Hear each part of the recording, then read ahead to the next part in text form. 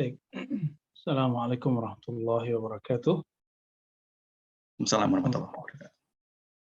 Alhamdulillah rabbil alamin wassalatu wassalamu ala nabiyyina Muhammad wa ala alihi wa ashabihi wa li baitihi wa dzurriyyatihi ajma'in. Baik, teman-teman, terutama komunitas muslim di Calgary, semoga dalam sehat dan afiat. Insya Allah tema kita seperti yang disebutkan tadi tentang ma'rifatullah, ya. Sebelum kita masuk kepada ayat-ayat dan hadis-hadis Nabi Shallallahu Alaihi Wasallam, kita sering mendengar dulu bahwa guru-guru kita membacakan ada kalam awaluddin ma'rifatullah.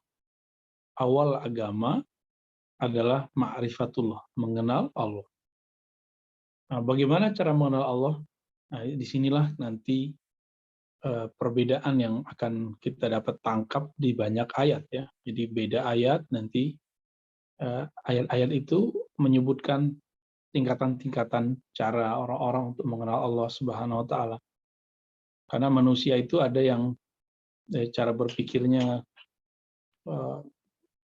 seperti orang awam, ya. Orang awam ini kalau nggak melihat bukti, dia nggak percaya gitu. Buktinya harus bukti fisik. Buktinya misalnya seperti duit dan segala macamnya. Kalau doa minta sembuh gitu. Kalau nggak sembuh dia nggak percaya. Nah, kalau ada lagi orang-orang yang karakternya intelektual, ya, intelek. Kalau nggak masuk akal dia nggak terima.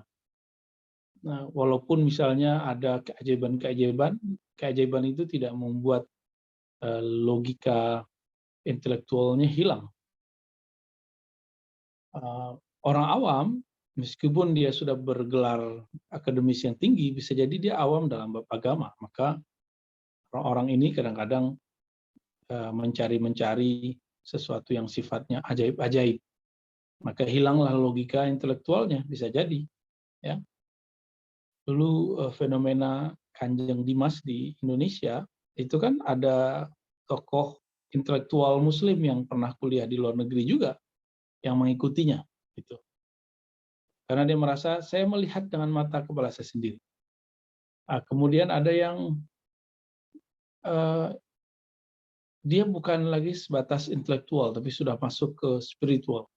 Jadi dia kalau tidak merasakan di dalam dirinya maka dia tidak terima. Nah, ini beda lagi cara penanganannya.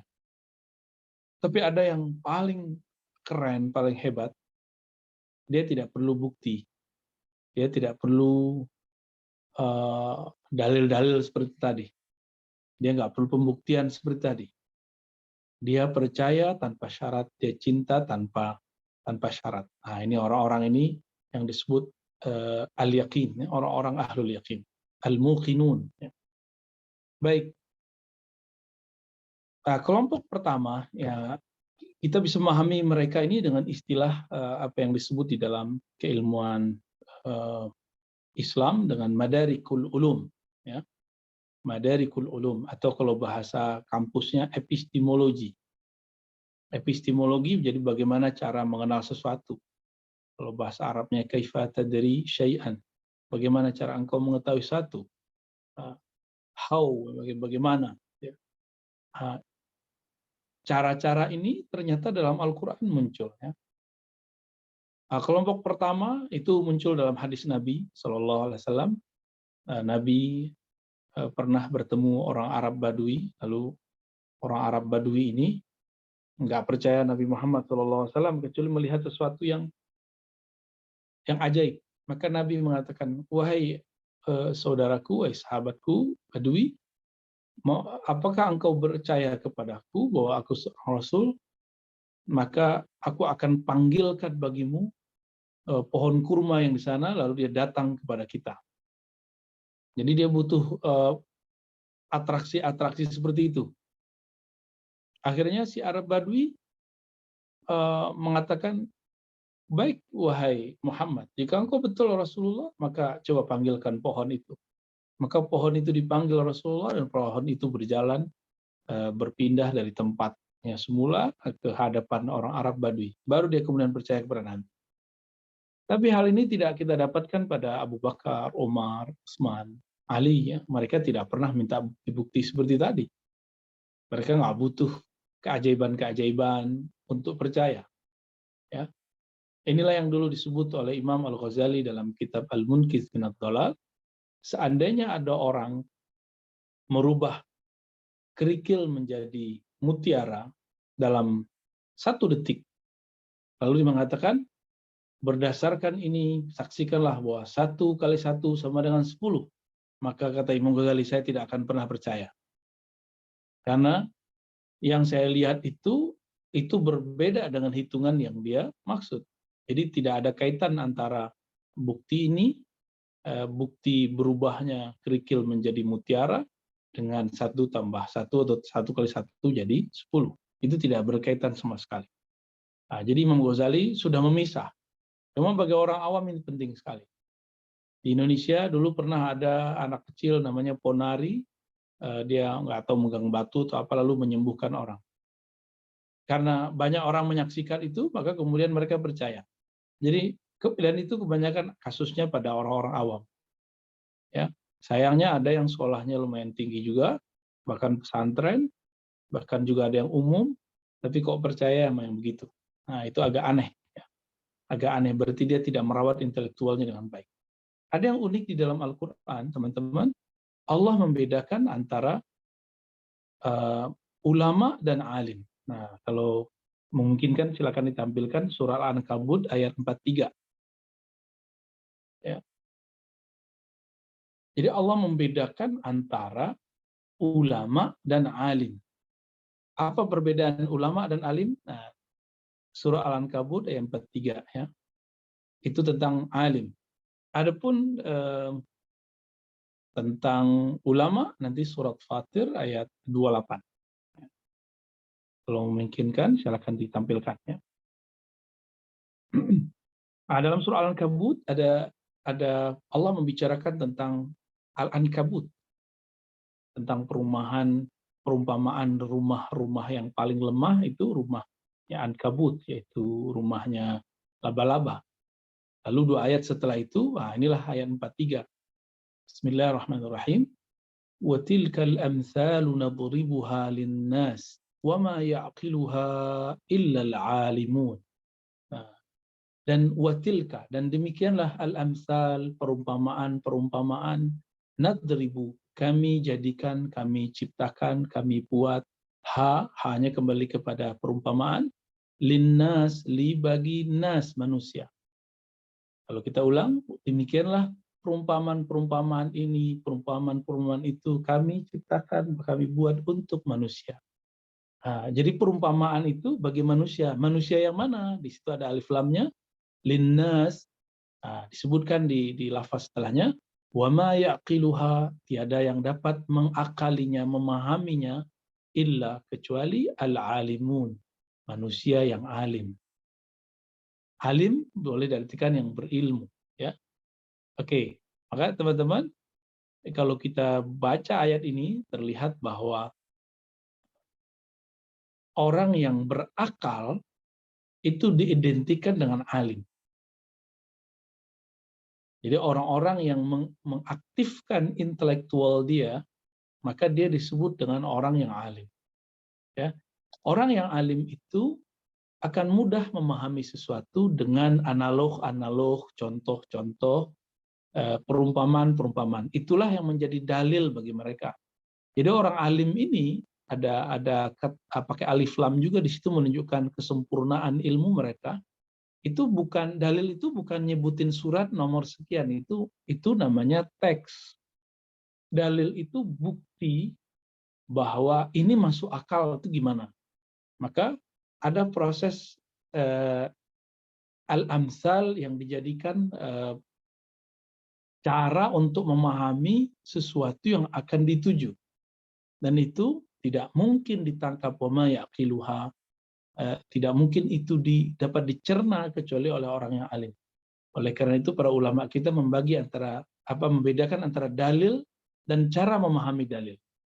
Dalil itu amsal, perumpamaan, lalu cara memahaminya disebut yaqil. Yakil itu dari asal kata akal, tapi aktif, berarti mengolahnya, memahaminya. Nah, dalam bahasa ulama-ulama usul fikih diartikan istinbat. Nah, mungkin teman-teman pernah dengar istilah istinbat. Istinbat itu menggali dalil atau mencoba untuk mendalami perumpamaan-perumpamaan yang tadi. Nah, sejauh mana seseorang itu sanggup untuk memahami si dalil ini, maka sejauh mana dia mampu mengaktifkan akalnya. Nah, maka biasanya orang-orang yang sudah terlatih di sekolah-sekolahnya, kampus-kampusnya, itu akan berbeda dengan orang-orang yang tidak terlatih. Orang yang biasa berpikir kritis itu berbeda dengan hasilnya dengan orang-orang yang biasa didoktrin. Ya. Nah, coba mundur ke ayat 41. Perumpamaan apa sih yang Allah katakan? Ini dia. Masalul ladzina ittakhadhu min dunillahi awliya. Perumpamaan alladzina ittakhadhu, orang-orang yang menjadikan min dunillah, selain Allah, auliya, wali. Wali itu juga bisa berarti pelindung, ya, penolong. Kamathali, seperti, diulang lagi masal, seperti perumpamaan. Al-ankabut, laba-laba, ittakhadat baita, yang membuat rumah.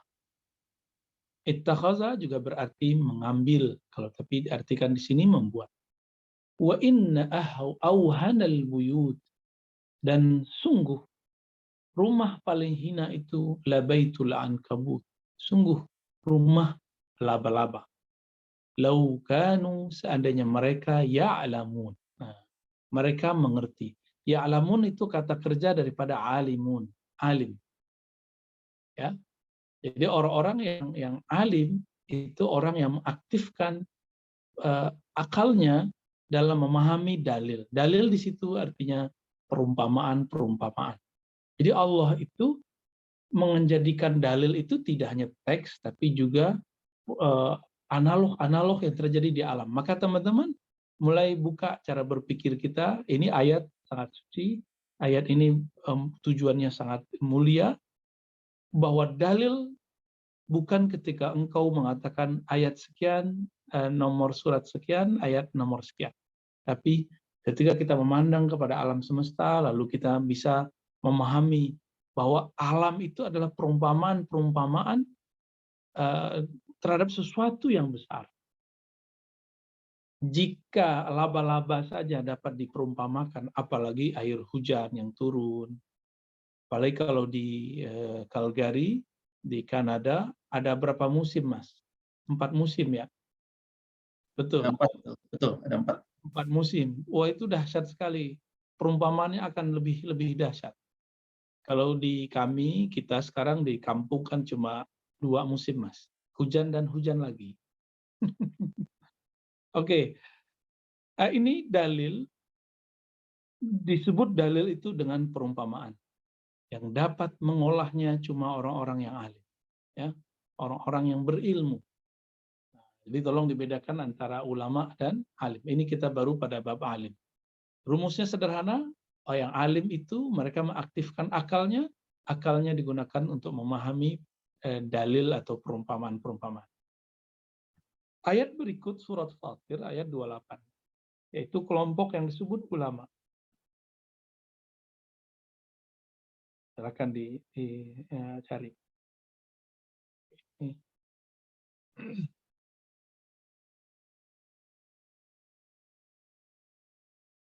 Wah, ayatnya menjadi aneh. Kalau saya baca ya, wa minan nasi wad dawabi wal an'ami mukhtalifun alwanuhu kadzalik. Innama yakhshallaha min ibadihil ulama. Ya, innallaha azizun ghafur. Oke, ini surat 28, surat Fatir ayat 28 ya, bukan surat 28. Ayat 28 surat Fatir. Wa minan nas. Nah, di antara manusia, wad-dawab, dan binatang-binatang yang bergerak di bumi, wal an'am, dan binatang-binatang ternak, mukhtalifun alwan, warna-warnanya berbeda-beda. Mukhtalif itu berbeda-beda, alwan warnanya. Kita jangankan orang-orang kita dengan Kanada, sesama orang-orang Indonesia, mulai dari Aceh sampai Papua itu sudah berbeda warna. Baik warna kulit, warna pemikiran, warna keagamaan, warna tradisi, dan lain sebagainya. Warna karakter, ya. Kadzalik, demikianlah. Ya. Nah, ini Allah sedang lagi mengajak kita melihat sebanyak itu perbedaan warna. Siapa yang memberikan warna-warna ini? Apakah manusia itu sendiri? Enggak juga. Nggak usah jauh-jauh, kita punya anak, mungkin ada anak kita yang kulitnya agak terang dikit, ada yang tidak. Ternyata kita sendiri tidak sanggup mewarnai anak kita. Ya. Mungkin di antara kita ada yang punya anak kembar, itu saja ada perbedaan dan bukan kita yang membuatnya. Itu cuma menunggu keajaiban daripada Allah Subhanahu wa taala. Nah, ini sudah mulai masuk ke dalam diri. Kalau tadi Allah membuat analog dengan Al-Ankabut, laba-laba di luar diri kita. Sekarang Allah memulai dengan kita, wa minan nas, di antara manusia. Jadi kitanya yang dimulai disebut. Kamu, hai manusia, baru hewan, baru binatang ternak, itu warnanya beda-beda. Tahu nggak kamu kenapa? Nah, jika kamu mengenalnya, maka harusnya kamu takut dan sungkan kepada Allah Subhanahu wa taala. Lalu di ayat di lafaz setelahnya, innama, innama, innama itu dalam bahasa Arab kita bagi dua, inna lalu ma. Inna sesungguhnya, ma yang. Tapi jika ini digabung, maka dia berarti hanya. Innama berarti sungguh hanya. Sungguh hanya. Jadi ma-nya tidak berarti hanya, tapi berarti hanya. Sungguh hanyalah. Yakhsha Allah, yang takut kepada Allah, min ibadihi, di antara hamba-hambanya, al-ulama, hanyalah ulama. Ya.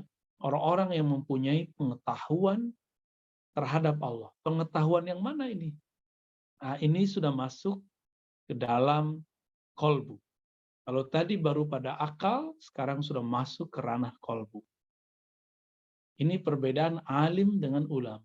Alim mereka sibuk dengan analog rasional, sedangkan ulama sudah mulai masuk kepada tataran lauk, rasa.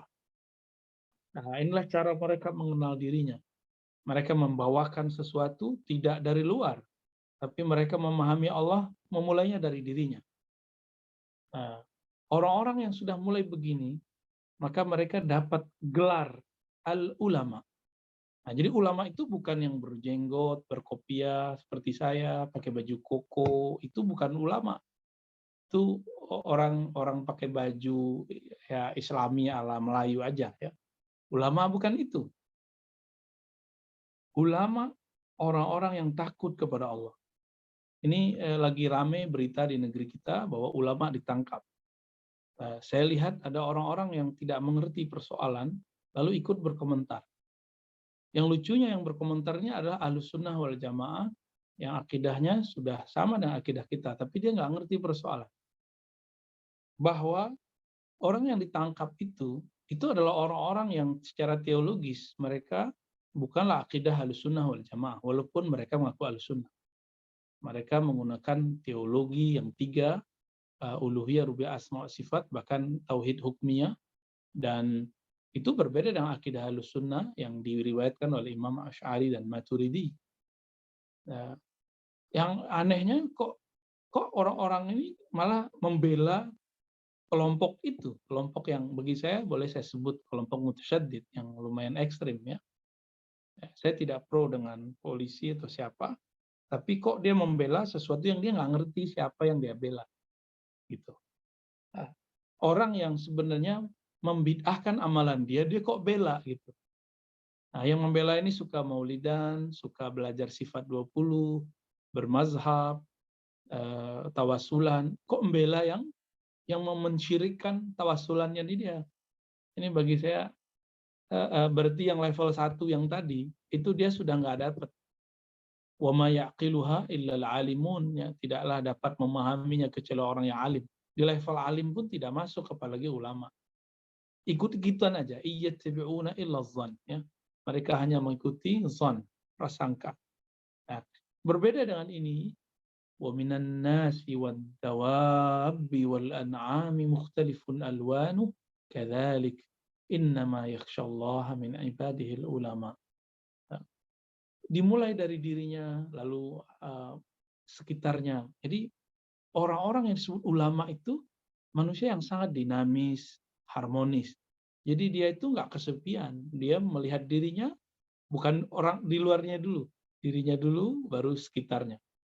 Di sini disebutkan dawabi wal an'am. Maka manusia itu di sini disetarakan dengan alam. Tapi dimulai dari dirinya. Manusia, hewan melata, hewan ternak, ini kemudian dianggap setara. Perbedaan mereka cuma satu. Manusia mengenal Allah. Maka sejauh mana kita mengenal Allah, sejauh itulah kita dapat takut kepada Allah Subhanahu wa Ta'ala. Innama yakhsyallaha, yang merasa takut kepada Allah di antara hambanya hanyalah ulama. Nah, ulama ini seperti yang saya sebutkan tadi, teman-teman, yang mengenal Allah dengan kolbunya. Bahkan sudah masuk mengenal Allah dengan ruhnya. Inilah maqamul ihsan. Maqam orang-orang yang sudah sampai tataran ihsan, menyembahnya seakan memandangnya, jika tidak mereka merasa dipandangnya. Nah, lalu bagaimana cara mereka melihat itu? Nah, dalam surat Az-Zariyat ayat 21, surat 51 ayat 21 boleh ditampilkan lagi, Mas. Wa fi anfusikum afala tubsirun. Dan di dalam diri, ya, afala tubsirun, apakah engkau tidak memperhatikan, ya? Engkau tidak melihat. Nah, ini ayatnya juga dahsyat sekali ini. Ayat keberapa tadi, Bu, ya? Ayat 21. Dulu saya senang baca ayat ini waktu subuh, ya, mulai dari awal surat biasanya. Kadang-kadang kita ringkes mulai dari ayat 15-nya tentang surga, ya. Nah, lalu sampai di ayat itu tamparan luar biasa tuh. Wa fi anfusikum afala tubsirun. Ya. Di dalam dirimu apa kamu tidak memandang? Coba mundur ayat 20-nya, Mas. Ayat 20-nya, wa fil ardi ayatul lil mukminin. Maka terhadap bumi, di dalam bumi, ayat, ada tanda-tanda lil mukminin, bagi orang-orang yang yakin. Ini berbicara tentang bumi. Bumi itu sebenarnya dimulai dari diri kita, ya. Lalu alam sekitar. Ya. Jadi kalau boleh kita sebut wafil ardi, pada alam sekitarmu hayatun, terdapat tanda-tanda bagi orang yang muqinin, bagi orang-orang yang yakin. Ya. Baru kita masuk wafi anfusikum, dan di dalam dirimu, bukan wa ila anfusikum, kepada, tapi wafi, di dalam dirimu, di dalam diri terdalammu, ya, yang surat ayat 1-nya, afala tubsirun. Wa fi anfusikum, di dalam dirimu, afala tubsir. Apakah engkau tidak memperhatikan, memandang? Jadi kita lebih sering memandang orang lain, aib orang lain, kesalahan orang lain, kelemahan orang lain, tapi kita jarang memandang diri sendiri. Ya. Lain dengan ayat 22-nya. Wa fis samaa'i rizqukum wa ma tu'adun. Sedangkan di langit, sama itu secara harfiah langit. Orang-orang dulu langsung mengartikan, oh langit betul. Rizqukum terhadap rezeki kamu. Yaitu kalau turun hujan, tumbuhlah pohon-pohon, mengalirlah air, maka bisa minum darinya, bisa makan dari hasil pepohonan. Wa ma tu'adun, dan apa yang dijanjikan. Tapi secara harfiah as-sama itu berarti sesuatu yang tinggi. Sesuatu yang tinggi. As-sama wa fis sama, dan pada sesuatu yang tinggi terdapat rezeki kamu. Ya. As-sama yakni sumu, as-sumu al-ulu, sesuatu yang tinggi. Maksudnya apa, teman-teman? Yang maha tinggi itu Allah Subhanahu wa taala. Kalbu kita harus berkoneksi kepadanya. Jika ingin mendapatkan rizki kalbu, maka bergantunglah kepada yang maha tinggi. Jika ingin bagus nasib di dunianya, maka tinggikan cita-citanya, tinggikan kualitas kerjanya. Nah, jangan ecek-ecek, kira-kira begitu. Wafis sama, ya, rizqukum wa ma tu'adun. Dan apapun yang dijanjikan kepadamu. Ya. Lalu baru kemudian Allah bersumpah, fa wa rabbis samai wal ardh innahu lahaqqun misla ma annakum tantiqun. Dan demi Allah pencipta langit dan bumi, sesungguhnya itulah kebenaran. Ya. Seperti apa yang kalian tantiqun, kalian katakan. Baik, ini beberapa ayat-ayat yang perlu saya sampaikan. Nah, sekarang saya izin coret-coret ya. Jadi bagaimana tahapan-tahapan orang mengenal Allah? Nah, ada beberapa tingkatan-tingkatannya.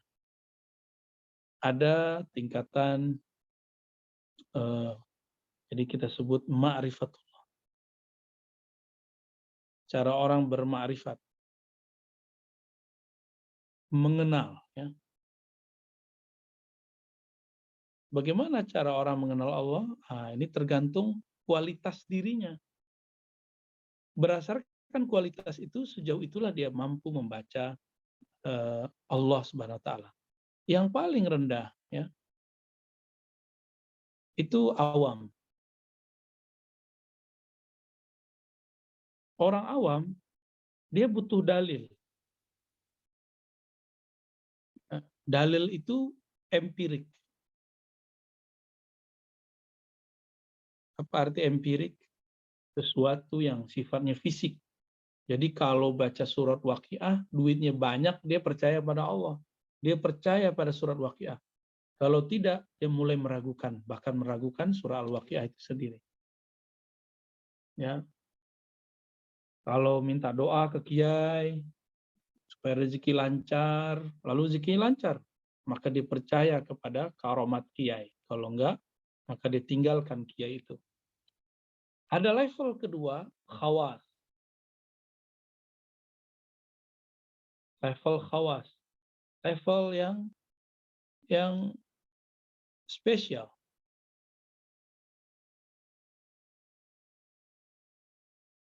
Kelompok khawas ini boleh juga disebut dengan intelek. Khawas secara harfiah bermakna spesial, istimewa. Mereka ini orang-orang yang well educated, yang kalau percaya sesuatu bukan berdasarkan empirik, tapi berdasarkan bukti-bukti rasionalisasi, akal ya. Jadi mereka mulai mengaktifkan akal. Ya, yang kita sebut dalam bahasa ininya rasio, bukan logika ya.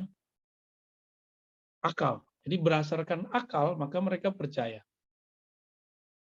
Sedangkan kelompok yang pertama cuma berdasarkan pembuktian empirik. Ada kelompok yang berikut ya.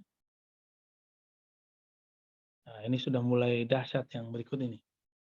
Disebut dengan khawasul khawas. Ya. Khawasul khawas.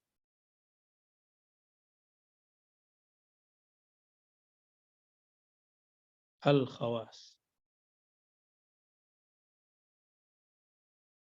Siapa mereka? Mereka yang kita sebut dengan ulama. Kalau yang tadi ini boleh disebut dengan alim. Ya. Kalau ini sudah disebut ulama. Mereka mengenal Allah dengan Nah, ulama khawasul khawas ini juga terbagi dua, ya, juga terbagi dua. Satu yang mengenal Allah dengan kolbunya, satu yang mengenal Allah dengan ruhnya. Nah, dua hal ini berbeda. Nah, yang dengan ruh ini, inilah ulama-ulama yang pangkat kewaliannya paling tinggi. Kalau yang dengan kolbu, ini sudah tinggi juga, ya, sudah dahsyat lah. Mereka mengenal Allah melalui pembuktian ruhiyah, kolbiyah, ya. Rasa, kita sebut rasa, ya. Kolbu itu ada rasa. Pada ruh, di ruh itu ada knowledge, ma'rifat yang sebenarnya, yang kita sebut ihsan. Ya. Baik, ini tingkatan-tingkatannya, Bapak Ibu, saudara, sahabat-sahabat dimakan Allah. Nah, kita yang mana? Kalau orang awam, ini kalau yang agak tinggian dikit, orang awam ini juga terbagi dua. Ada awam materialis, ya, madi atau materialis. Ada yang sudah semi-semi rasio, ya, kita sebut semi. Nah, mereka ini kalau pengen sesuatu, pengennya bukti ayat, ayat, nomor, surat. Jadi jangan antum merasa hebat dulu. Kalau mana ayatnya, mana nomornya, Quran surat berapa, nomor berapa, itu baru awam. Tapi awam yang sudah lumayan dikit, bagus. Itu belum masuk ke intelek. Karena intelek itu bermain rasio. Rasio itu bermain bukan pada rasa, bukan pada nomor, tapi bermain pada analog, ya. Ini penting sekali. Jadi core-nya di mana? Core-nya pada analog. Bisa permisalan, contoh-contoh. Itulah kenapa apabila anak-anak kita atau kita sendiri senang dikisahkan sesuatu. Karena kisah itu membuat akal berkembang. Nah, metode pengisahan itu sekarang sudah hilang dalam tradisi pendidikan umat Islam, makanya orang-orang intelek ini kemudian berkurang, ya. Karena analognya tidak terlalu banyak. Maka teman-teman, semoga di Calgary mulai ada ustadz yang di musim Maulid dia berkisah tentang lahirnya Nabi, kisah sebelum Nabi, kisah setelah Nabi lahir, masa remaja Nabi, dan segala macamnya. Itu akan memperkuat analog intelektual kita. Dan itu akan cepat menghantarkan kepada ma'rifat qalbiyah, kolbu. Ya. Insya Allah. Jadi kalau kita kemudian kajian-kajian langsung kepada teori, nah ini malah kemudian berakibat kepada kebuntuan intelektual, ada kebosanan. Ya. Nah, orang-orang awam yang baru-baru belajar agama mengira kalau kita sebut-sebut nomor ayat, ya, nomor sekian, ayat sekian, dikira itu sudah intelek, dikira sudah keluar daripada keawaman. Itu masih awam. Karena hanya mengetahui dalil belum berarti mengetahui madlul. Nah, ini ada namanya dalil, ya.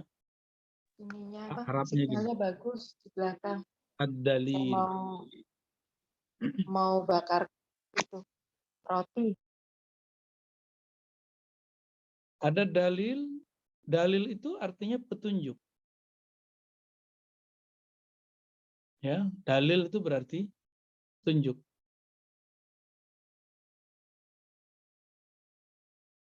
Apa yang ditunjuk oleh dalil? Nah, maka petunjuk itu isinya teks.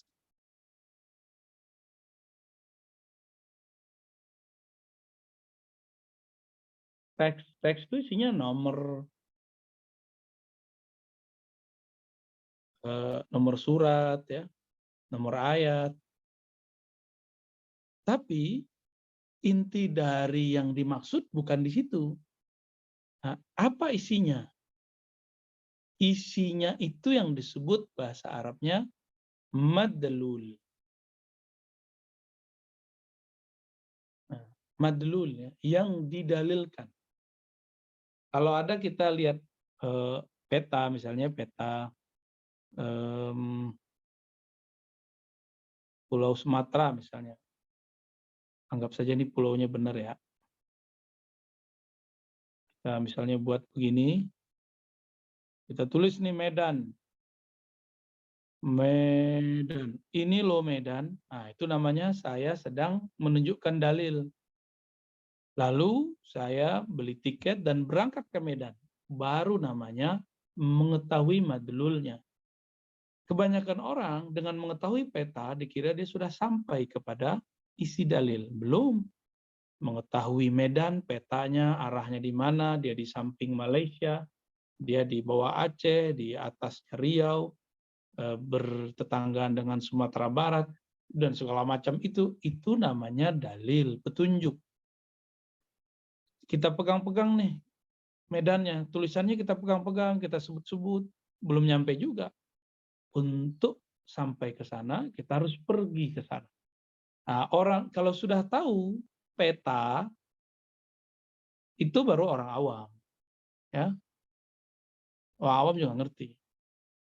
Tapi kalau antum sudah ke sana, ya, nah dikasih tahu sama orang nanti kalau ke sana naik ini, turun ya naik pesawat ini, turun jam sekian, nanti kunjungi rumah si anu. Udah kebayang sama kita, baru namanya alim.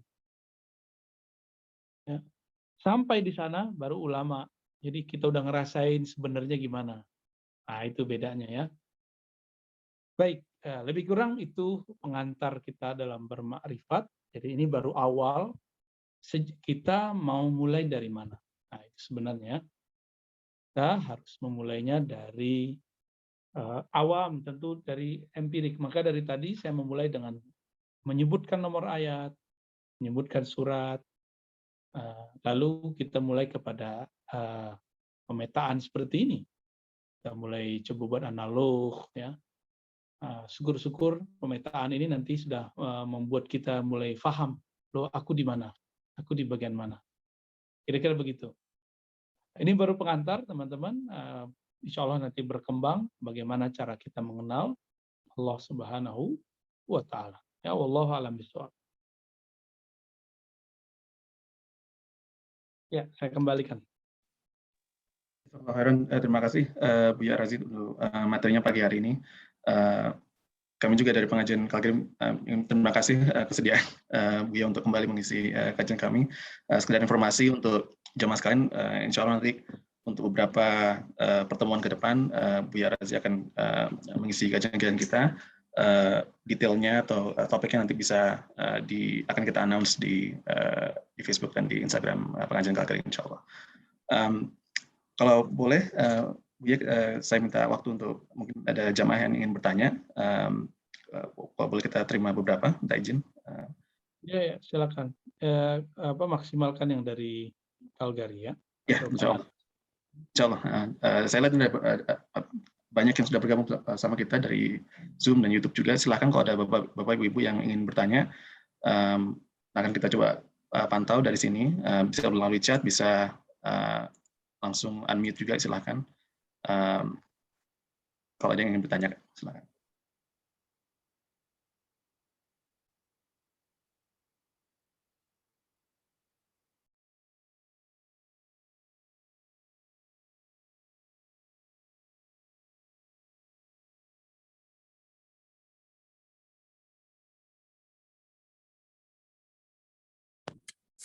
Assalamualaikum warahmatullahi wabarakatuh. Assalamualaikum. Ustadz, tadi saya dengerin ada tahap-tahap orang ya, mulai dari yang percaya kalau baca Al-Waqiah, kalau nggak jadi kaya atau gimana, terus dia nggak percaya. Nah, ada nggak kiat-kiatnya kita untuk kita naik tahap bertahap gitu loh? Misalkan kita mesti, yang saya dengar sih istighfar beribu-ribu kali atau apa gitu. Oke, baik. Ya. Istighfar itu masuknya ke zikir. latihan yang lain untuk meningkatkan dari awam kepada alim, dari awam cuma sekedar pembuktian-pembuktian empirik, masuk kepada pembuktian intelektual, akal, itu harus dengan belajar. Belajarnya harus kepada ahli yang mengerti intelektual, yang bisa mengupgrade kita dari pemahaman materialis tadi, pemahaman awam tadi, kepada pemahaman yang mulai berbau intelek gitu. Pembuktiannya sudah pembuktian akal.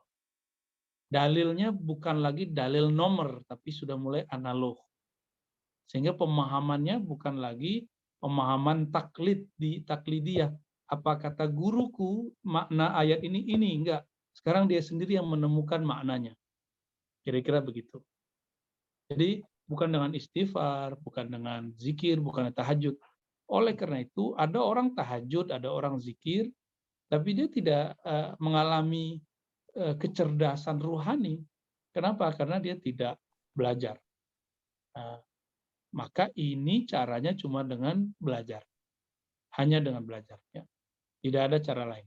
Wallahu a'lam bishawab. Terima kasih Buya untuk tanggapannya. Ada Mbak Baby yang sudah mengacungkan tangan. Silakan Mbak Baby. Assalamualaikum Buya. Waalaikumsalam Mbak Baby. Silakan. Suaranya hilang. Di unmute dulu Mbak. Oh, hang on. Ya, udah? Ya. Udah kedengeran? Ya. Saya mau nanya apa sebenarnya arti khusyuk? Itu aja pertanyaan saya. Oke, ini secara dalil dulu ya. Secara awam dulu. Okay. Surah 2 ayat 45. Coba lihat. Surah 2 ayat 45. Surah Al-Baqarah ayat 45. Mungkin bantu dibuka, Mas. Jadi ayat yang sudah mungkin kita hafal, wasta'inu bis-sabri was-shalah. Minta engkau pertolongan dengan sabar dan salat. Ya. Wa innaha lakabiratun illa 'alal khashi'in. Sesungguhnya salat itu lakabirah. La itu artinya sungguh. Kabiratun besar. Bisa juga berarti berat. Kalau di terjemahan itu diartikan sungguh berat. Kalau saya mengartikan big, just big, besar. Karena kabir itu artinya besar. Wa innaha lakabiratun. Sungguh itu persoalan yang besar sekali. Ya. Illa 'alal khashiin, kecuali bagi orang yang khusyuk. Siapakah orang yang khusyuk? Langsung Allah sendiri yang membuat definisinya. Jadi definisinya bukan daripada saya, tapi langsung dari Allah ayat 46. Alladzina. Siapakah orang khusyuk? Orang yang khusyuk itu ada dua tahapan di kolbunya. Pertama, alladzina, yang yazunnun. Ini saya berbeda definisi dengan terjemahan yang ada. Yazunnun kita kembalikan kepada terjemahan dasarnya. Yazun zon. Sering mendengar kata husnuzon, baik sangka. Yazunnun berarti yang membangun persangkaan, yang membangun perasaan gitu. Maka zon ini bisa menumbuhkan yang kita sebut zauq, rasa. Saya menerjemahkannya rasa. Alladzina yazunnun, orang-orang yang menumbuhkan rasa, annahum, bahwasannya mereka mulaqu rabbihim. Mulaqu liqa. Mereka bertemu rabbihim, Rabb mereka. Rabb itu tidak hanya diartikan Tuhan dalam artian umum. Rabb dalam bahasa Arab juga berarti Tuan, sesuatu yang sangat kita hormati. Nah, menghormati seseorang itu hurma. Menghormati pencipta itu disebut khusyuk. Sikap kita menghormati Allah disebut dengan khusyuk. Jadi respect. Jadi khusyuk itu boleh diartikan respect. Cuma ini respectnya kepada pemilik alam. Rabbihim. Rabb diartikan pemilik. Pemilik mereka. Penguasa mereka. Nah, Misalnya nih Mbak Baby misalnya punya kerjaan, lalu ada misalnya institusi atau perusahaan itu milik seseorang atau sahamnya dimiliki oleh seseorang. Ketika ketemu kita respect dengan mereka. Nah, respect itu adalah khusyuk terhadap makhluk, hormat namanya. Sedangkan respect kepada Allah disebut dengan khusyuk, ketundukan, kepatuhan. Lalu ada level kedua, wa annahum, dan bahwasannya mereka. Ini pun saya tidak sepakat dengan terjemahan yang ada di bawah ya. Kata akan harus dihapus di situ. Ya, mereka akan kembali, bukan. Kalau ini level 2, level yang pertama itu khusyuk alimun, orang-orang alim. Level kedua annahum, bahwasannya mereka ilaihi, kepadanya rajiun, kembali, selalu kembali, sedang kembali. Akan itu adalah pemaknaan ketiga, akan kembali. Jadi orang-orang yang khusyuk itu setiap dia sholat dan zikir, dia kembali kepada Allah. Karena dia kembali kepada Allah, sumber energi alam semesta, pencipta alam semesta, maka selesai sholat energinya balik lagi. Jadi aneh kalau orang masih sholat tapi nyimpan kekesalan di hati, itu aneh. Katanya sholat tapi benci-bencian sama tetangga, katanya sholat tapi merendahkan orang lain, katanya sholat tapi putus asa, katanya sholat tapi malas-malesan. Itu berarti dia belum kembali.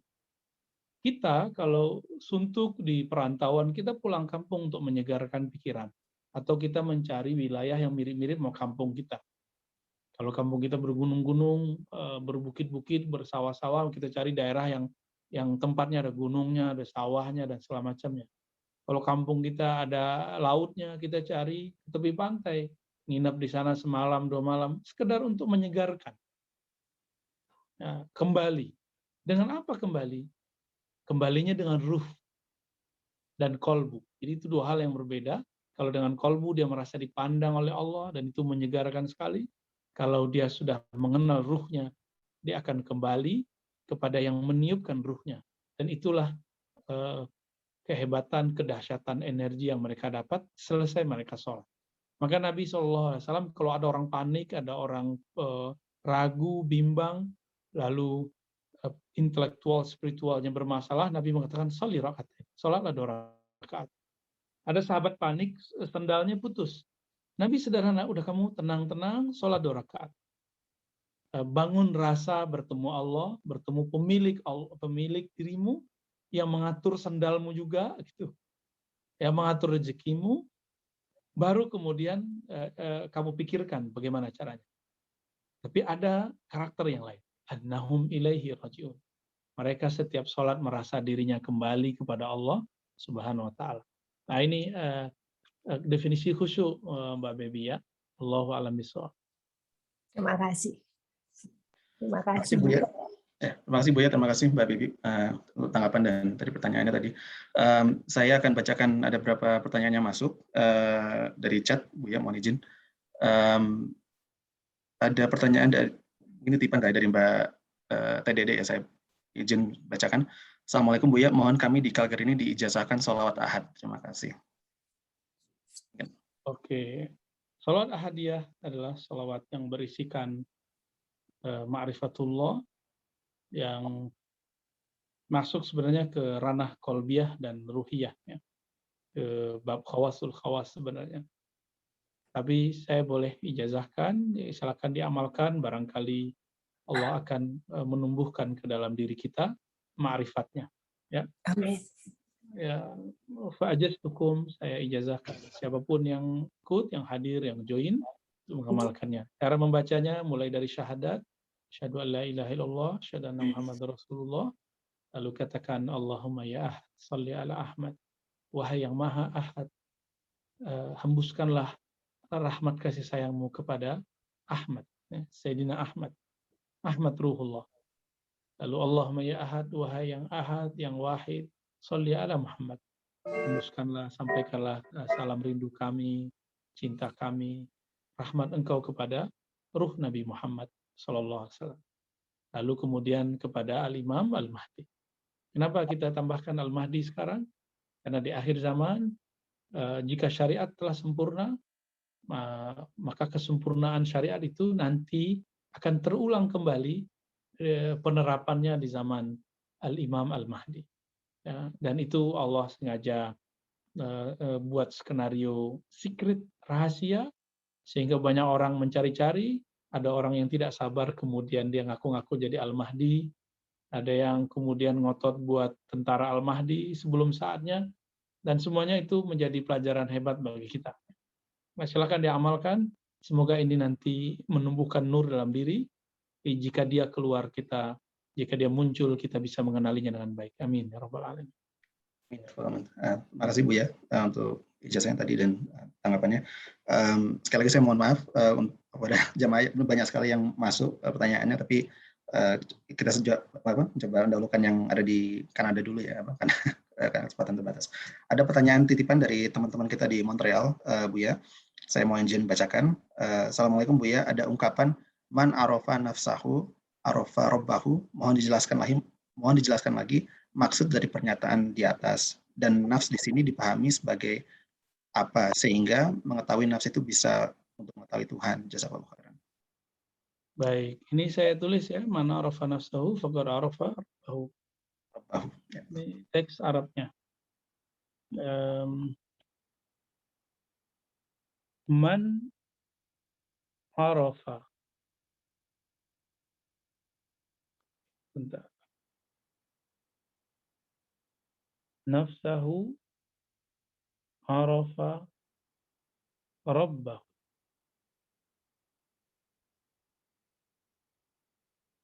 Man arafa, siapa yang arafa, mengenal.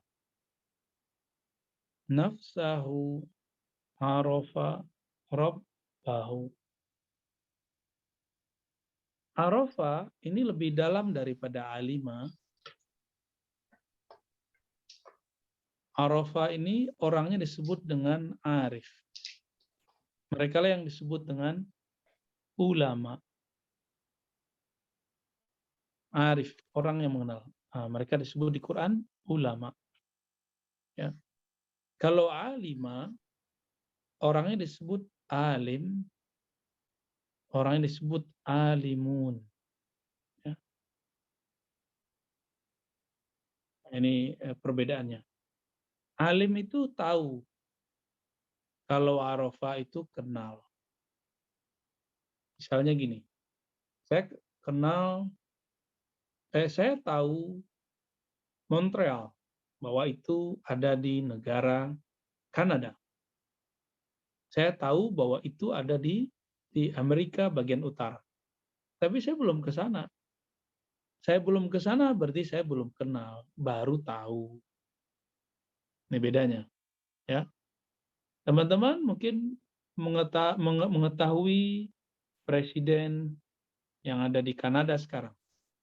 Tapi tidak mengenalnya, cuma tahu aja, tahu bahwa dia presidennya. Tapi kalau kenal ini berarti dia sahabatan, ya, sohib dia berarti. Kalau tahu cuma ya sekedar kecakrawala pikiran aja, ya sebatas pengetahuan. Ini dua hal yang berbeda. Ini saya hapus. Man arafa nafsahu, siapa yang mengenal, bukan mengetahui, ya. Siapa yang mengenal nafsahu. Apa arti nafs? Nafs secara harfiah berarti jiwa. Jiwa itu dia ada intinya. Inti dari jiwa itu namanya kolbu. Kolbu itu ada intinya lagi. Namanya sebenarnya panjang ya, ada fuad, qulub. Kita langsung ujungnya ya, ruh.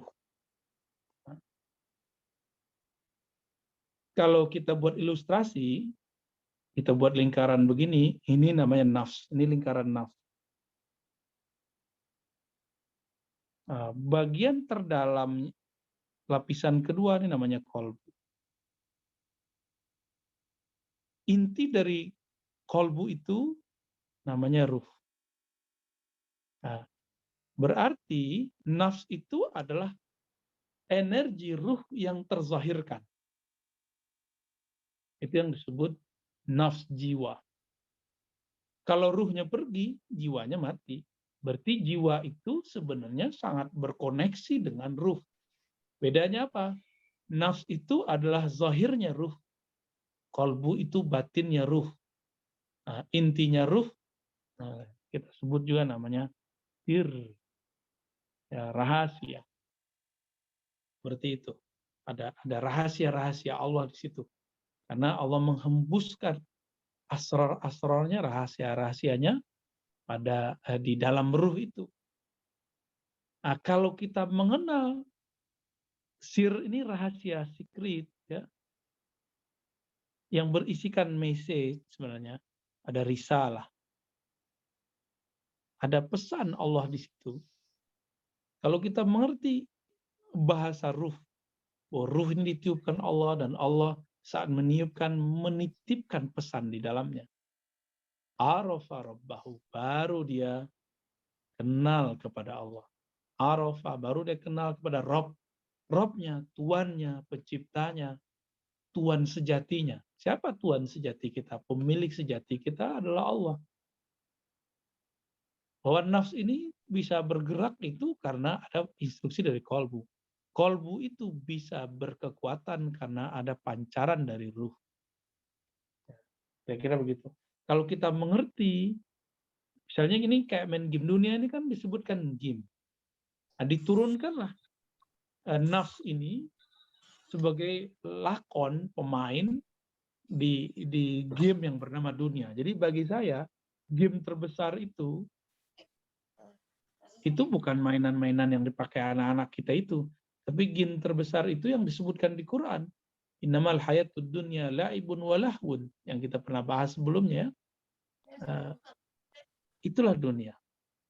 Nah, kita ini semua, teman-teman, sahabat-sahabat yang bukan Allah, adalah pemainnya, subjeknya. Apa tujuannya? Untuk mengenal Allah. Mengenal siapakah sebenarnya pemilik daripada dunia ini, pemilik daripada diri ini. Maka di dalamnya nanti ada secret, ada risalah, ada message, pesan itu yang harus dicari. Di mana cari pesan itu? Bukan di teks, bukan di dedaunan. Itu cuma cara-cara untuk mengepung kita dengan dalil. Semua itu ada dalam diri kita. Itu yang disebut tadi dalam surat Zariyat ayat 21. Wa fi anfusikum afala tubsirun. Kenapa sih kamu tidak memandang dirimu dulu, baru pandang yang lain gitu. Kenali dirimu dulu, baru kenali yang lain. Lebih kurang itu pendekatan dari saya. Wallahu a'lam bishawab. Terima kasih Bu ya untuk tanggapannya. Mungkin karena waktu juga, saya akan minta, saya batasi 2 pertanyaan lagi Bu ya, untuk ditanggapi kalau boleh, minta izin. Ada satu pertanyaan dari Mas Tony di Calgary, saya bacakan, mohon izin. Assalamualaikum Bu ya, orang yang agnostik, yang intelek itu termasuk golongan mana? Awam atau khawas? Seperti itu pertanyaannya. Agnostik ini kan agak beragam ya. Ada yang percaya apa gitu. Jadi saya sendiri memetakan mereka juga tidak satu model ya. Mereka menurut saya masih terjebak kepada yang pertama, awam. Tapi sudah masuk kepada semi. Jadi tidak murni lagi materialis, tapi sudah masuk semi. Ya, udah semi intelektual. Agnostik, termasuk ateis. Ateis itu parah sekali malah. Ateis itu justru masih pada tahapan materialis yang paling rendah. Kenapa? Mereka sering ngomong gini, saya ketawa kalau mereka ngomong. Kalau Allah ada pasti kelihatan mama sama kita. Ya salam ya. Tidak semua yang tidak terlihat itu tidak ada. Angin aja kita nggak lihat, tapi dia ada. Kalau kita melihat ada pohon bergerak, itu bukan angin, itu pohon kena angin. Itu bukan anginnya. banyak hal-hal energi yang ada dalam diri kita tidak terlihat, tidak terdengar, tapi dia ada. Coba dilihat sumber daripada gerak jantung apa. Saya debat agak panjang itu dengan kawan saya dokter. Siapa yang gerakin jantungmu? Disebut itu motorik. Ya motorik itu siapa yang gerakin? Ya gerak motorik. Ya gerak motorik itu apa? Bingung juga dia. Itu kan istilah-istilah kedokteran aja untuk ngilangin kepusingan mengenai istilah-istilah tadi. Nah, siapa yang memberi istilah itu kan peneliti. Dia sendiri nggak tahu, dia sebutlah ini motorik dan segala macam. Jadi bagi saya mohon maaf, ateis ataupun agnostik ini masih terjebak pada awam. Jadi logika-logika dalam tanda kutip mohon maaf yang belum tinggi, kalau nggak mau disebut rendahan, kemudian dijadikan sebagai cara mengkritisi sesuatu yang sebenarnya sangat luhur. Ya, itu terjadi di zaman Rasulullah. Mereka sok-sok pinter kan itu datang ke Nabi, bilang Nabi itu begini, begitu. Nabi itu khurafat, Nabi itu menyembah sesuatu yang nggak kelihatan, Nabi itu gila. Itu kan karena mereka tadi, ya agnostik tadi. Ya wallahu a'lam bishawab. Terima kasih Bu ya tanggapannya. Terakhir ini ada pertanyaan juga dari jamaah di Calgary, dari Mas Mufli, saya mohon izin bacakan. Mohon izin bertanya Bu ya, bagaimana menjelaskan bahwa amal hanya akan diterima atau diberi pahala bila orang tersebut adalah seorang muslim. Sedangkan bila seorang non-muslim beramal, maka kebaikannya tidak akan diterima sedikit pun. Begitu pertanyaannya. Oh gitu. Ya. Bentar dulu ya. Kita nggak boleh juga langsung mengatakan begitu, ya. Karena kebaikan-kebaikan itu ada tahapan-tahapannya. Ada kebaikan yang diberikan kepada, atau kebaikan itu pahala, ya, balasan yang diberikan kepada orang-orang yang beriman. Ada kebaikan yang diberikan kepada orang-orang yang tidak percaya, ya. Maka misalnya dalam surah An-Naml ayat 89, man jaa bil hasanati falahu khairum minha. Siapa saja, man di situ siapa saja. Enggak dibatasi mukmin enggak mukmin. Itu surah An-Naml tuh. Man jaa bil hasanati falahu khairum minha. Maka dia akan dapat kebaikan-kebaikan yang lebih darinya. Maka teman-teman coba lihat orang yang berbisnis lalu kemudian memberikan promo, memberikan potongan-potongan, itu akan lebih laku daripada orang-orang yang tidak memberikan itu. Harganya rendah tapi nggak promonya kurang, tetap aja agar kurang laku. Ya, man jaa bil hasanati falahu khairum minha. Ya, maka baginya kebaikan. Ya. Lalu teman-teman yang melakukan Allah, apabila kita cek untuk orang beriman yang ikhlas, misalnya dalam surah Al-Baqarah yang sudah sering kita dengar, siapa yang bersedekah, maka sedekah itu ibarat satu biji yang mempunyai 7 tangkai, masing-masing tangkai ada segala macam, kemudian menjadi 700, itu kalau dia sampai ke level alim. Dia sampai kepada level yang alim, dia sadar analognya ngerti. Kalau dia masuk kepada level yang lebih tinggi, yaitu qalbiyah atau ruhiyah, maka itu tiada batas. Kenapa? Karena dia memberi bukan karena ingin dapat pahala.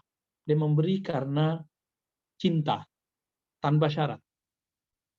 Orang yang memberi tanpa syarat, tanpa pamrih, maka Allah Subhanahu wa Ta'ala akan memberinya pemberian tanpa batas. Yudha'ifu liman yasha. Allah itu melipat gandakan dengan kelipatan yang tanpa batas. Maka ilustrasinya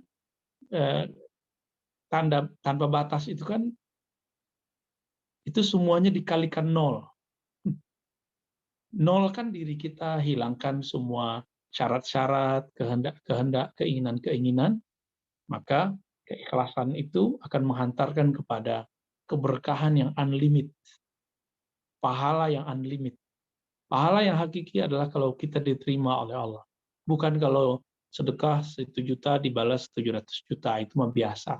Ya. Terlalu biasa hal-hal begitu. Itu masih orang awam. Ya, barangkali begitu. Dan siapapun itu, mukmin tidak mukmin, jika dia berbuat baik, jika dia tidak percaya kepada Allah, tidak beriman kepada keesaan Allah Subhanahu wa taala, minimal dia mendapatkan 10 keberkahan. Ada 10 keberkahan. Mukmin nggak mukmin, 1 kebaikan ada 10. Itu yang disebut khairun tadi, bi asyri amsalihha. Mendapatkan 10 kelipatan. Mukmin tidak mukmin. Tapi dia hanya dapat di dunia. Ya. Bisa bentuknya pujian, bisa bentuk dagangannya laku, bisnisnya lancar, penyakitnya dihilangkan Allah. Tapi kalau dia seorang yang percaya, maka sama saja dengan dia investasi sampai ke alam setelah alam kita hidup ini. Teman-teman masih kurang yakinkah bahwa ada kehidupan setelah kehidupan ini? Kita udah ngelihat banyak orang mati, orang tua kita sudah ada yang wafat, kakek kita sudah dulu ada, sekarang udah hilang. Ini bukti bahwa ada kehidupan setelah kehidupan ini.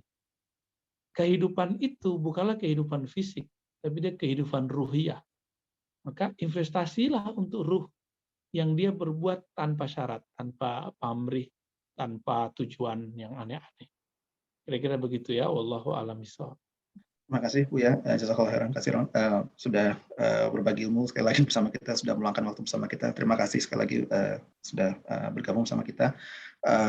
Karena waktu juga, sesi tanya jawab kita akhiri di sini. Mohon maaf pada jemaah yang bergabung tapi belum terjawab pertanyaannya, insya Allah mungkin bisa dipertanyakan lagi atau dikunjungi lagi di kesempatan berikutnya. Untuk menutup kajian kali ini, saya mohon izin Buya untuk memimpin kita dalam doa untuk menutup kajian sore hari ini atau pagi hari ini. Silakan Buya. Baik teman-teman, sahabat dimanapun berada, mari kita meminta dengan surah Al-Fatihah, karena doa yang diangkat dengan surah Al-Fatihah, sholawat langsung diangkat ke hadirat Allah SWT. Al-Fatihah. Bismillahirrahmanirrahim. Ya kemuliaan. Allahumma ya Rahman Rahim, sholli ala Ahmad. Allahumma ya Ahad, sholli ala Ahmad. Ya Allah, sampaikan salam kami kepada Nabi Muhammad. Allahumma sholli ala Muhammad. Allahumma sholli ala al-Mahdi khalifatika ya Ahad. Ya Allah, meskipun kami berjauhan, tapi hati kami berdekatan ya Allah. Kami sama-sama dekat, ingin mendekat kepadamu ya Allah. Ya Allah, di kalbu kami ada banyak masalah, ada banyak noda, ada banyak kekesalan, ada banyak kegelapan. Hanya dengan nur-Mu kalbu kami bercahaya ya Allah. Maka masukkanlah, berikanlah, hadiahkanlah nur-Mu kepada kami ya Allah. Wahai yang maha kaya dengan nur-Nya, kami miskin cahaya ya Allah, kami miskin ilmu, maka dengan kekayaan cahayamu, kekayaan ilmumu ya Allah, fa'alimna wa'arifna at-tariq ilaik. Berilah kami cahaya sehingga kami dapat mencapaimu, mengenalmu. Rabbana atina fid dunya hasanah wa fil akhirati hasanah wa qina adzabannar. Sallallahu ala sayyidina Muhammad walhamdulillahi rabbil alamin. Amin amin ya rabbal alamin. Terima kasih Buya sekali lagi sudah bergabung sama kita. Insya Allah kita akan berjumpa kembali bulan depan insya Allah kajian berikutnya. Pada Bapak Ibu-Ibu yang sudah bergabung juga pagi hari ini atau sore hari ini waktu Calgary, terima kasih sudah bergabung. Saya lihat dari seluruh Indonesia ada, dan dari Malaysia juga sudah bergabung. Terima kasih. Insya Allah ini akan menambah berkah untuk kita semua. Bimto, maaf bisa dilafazkan lagi tadi salawat yang dari baru diijazahkan Mbak Buya biar lebih mantap buat kita semua. Bisa tolong Buya sedikit lagi diulang lagi. Ya, yang tadi Allah paling senang dipanggil dengan namanya Ahad. Maka kita panggil Allahumma ya Ahad. Salli ala Ahmad. Allahumma ya Ahad. Salli ala Muhammad. Allahumma ya Ahad. Salli ala al-Mahdi khalifatika ya Ahad. Ya. Silakan diamalkan ya. Saya mohon izin pamit ya. Assalamualaikum warahmatullahi wabarakatuh. Terima kasih.